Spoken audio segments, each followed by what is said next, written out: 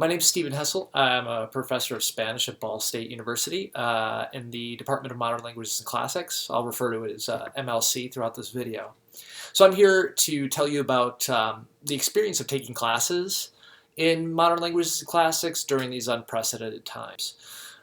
With the recent COVID outbreak, lots of things have changed, and some of you might be confused about what your classes will look like when you arrive in the fall or in the spring.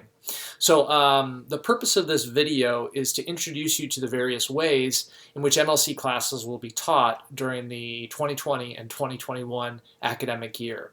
While each instructor has their own style, the general structure of courses can be divided up into several main categories, which I'll detail in a little bit. So after viewing this video, you should have a better idea of how your language classes will work in the fall and spring, get a chance to hear some tips for success, and know where to find help and support when you need it. So first I'll talk a little bit about the types of courses that you may see this fall and in the spring. The first, you might have heard a term called high flex in discussions recently with universities. This just means a hybrid course that is combined with a flexible format, a hybrid course being something that is partially taught online and partially taught in person.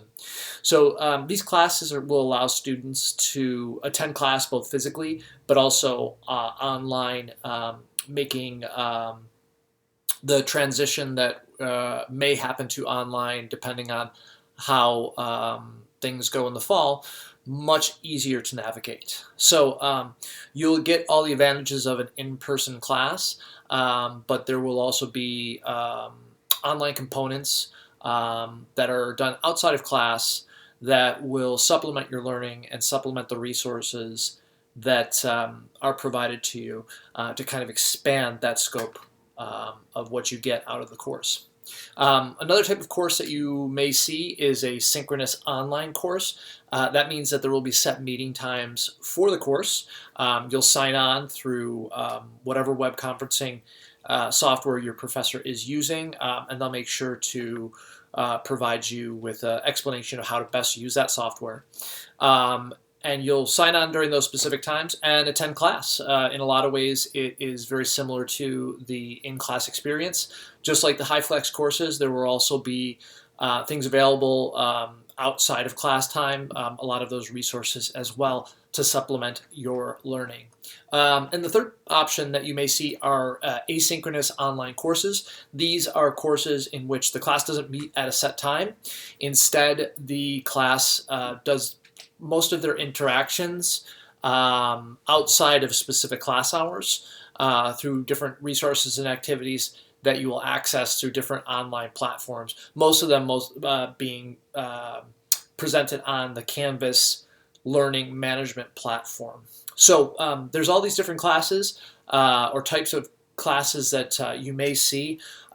We as a department have worked to make sure that the learning outcomes are met, the same learning outcomes are met in each type of class so that you're getting that experience. So when you come back to in-person classes in the future, you'll be able to jump right in and hit the ground running. I did mention Canvas. This is an important part of any of this format of classes that you might end up in Modern Languages and Classics, but in also other classes at Ball State University. Some of you may have used something like this before, like Blackboard. If you haven't, we have a great IT department, and we also have a lot of professors like myself who've done a lot of work learning how to use these platforms, so we are more than happy to help you get set up.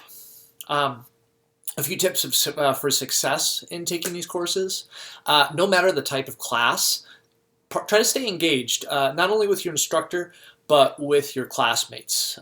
We pride ourselves on community in Modern Languages and Classics. Community is the basis of language. It's where language is used.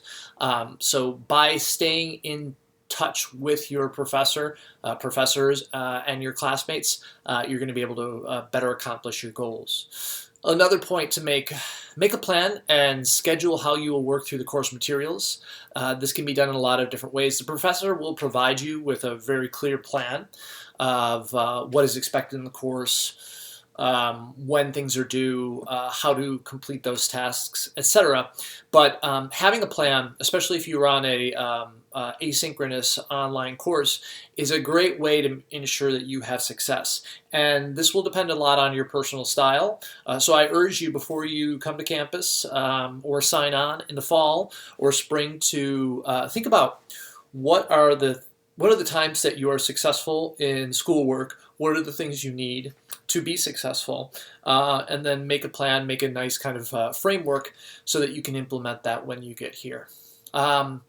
Another thing to remember, don't be afraid to ask questions and admit you need help. I have had to do that a lot over the past few months with the transition to online and learning a lot of the bells and whistles of the different resources we have. If I didn't ask for help, I would be hopelessly lost.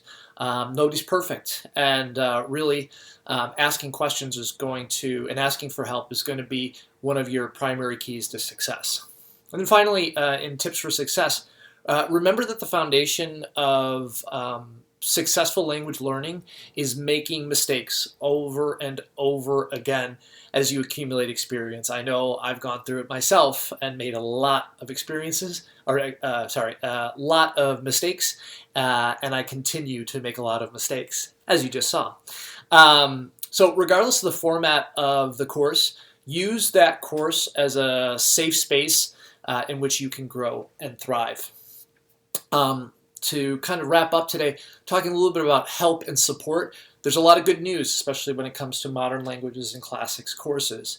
MLC classes are among the smallest on campus.